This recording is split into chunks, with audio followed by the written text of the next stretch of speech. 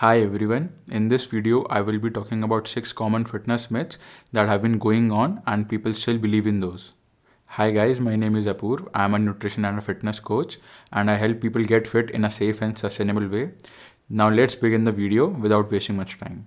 The first misconception is that breakfast is the most important meal of the day. We have all heard that you should eat breakfast as it is the most important meal of the day because it provides us with the nutrients that are required to get our day started.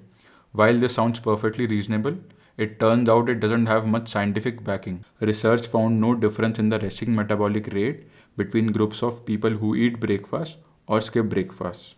The research also shows that the people who ate breakfast were more active throughout the day, but they ate almost the same number of calories in their breakfast meal, so that basically nullified that. So whether you choose to eat breakfast or skip breakfast, it should depend upon your appetite and personal preferences. If you eat breakfast, make it large and high in protein. And if you don't eat breakfast, make sure your first meal of the day is large and high in protein.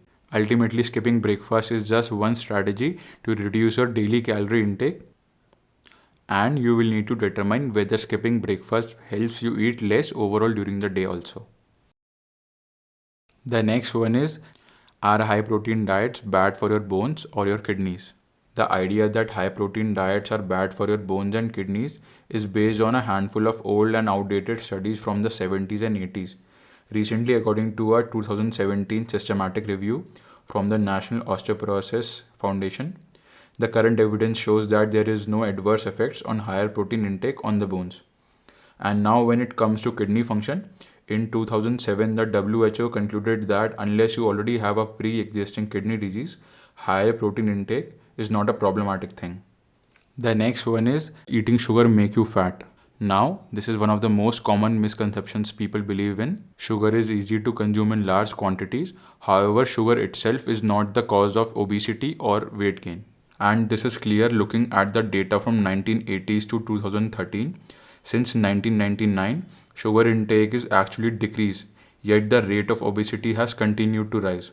And I think that instead of demonizing one single nutrient like sugar or fat, we really need to look at the diet and lifestyle of the person. Overconsumption of calorie-dense, highly palatable foods such as nuts, highly processed foods can lead to increase in overall calories for the day, which in turn can lead to weight gain. The next common myth is that fasted cardio is better for fat loss. Most people believe that fasted cardio is better for fat loss simply because it burns more fat during your cardio sessions. But it doesn't mean that it will also burn the same amount of fat during your 24-hour period. A study shows that if you burn more fat during your cardio sessions, you will be burning less fat over the next 24 hours. Fasted cardio is not better for fat loss, but there is no harm in doing it either. It doesn't seem to negatively impact your muscle mass either. I would suggest you to do cardio when it best fits your schedule or post your weight training. Just keep in mind that ultimately overall calories for the day determine how much fat are you going to actually lose.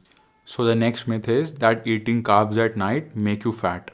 So eating carbs at night is thought to make you fat because your metabolism slows down as you sleep, but this is completely untrue. It is much smarter to eat according to your schedule and your lifestyle and preferences. The food timing hardly matters when it comes to fat loss. Ultimately, the overall calorie intake for the day determines whether you will be gaining fat or whether you will be losing fat. Another myth that is very prevalent in India is that weight training stunts growth or stops your height. The growth myth gets its origin from the 1960s observational data from Japan, where the child laborers were seen to be very short in height. Most parents in India don't allow their children to go to the gyms, fearing that it will stunt their growth. Well, this is completely untrue. No studies have been able to show that weight training negatively impacts your height. How tall a person grows basically depends mostly on their genetics. According to a 2014 consensus, there are no scientific evidence to indicate that weight training will negatively impact your height either in childhood or in adolescence. So these were the few common fitness myths that are prevalent in India. I'll make sure that I'll add more to this list. If you found this video helpful, do give it a like and share it with your friends. Thank you for watching. I'll see you in the next one.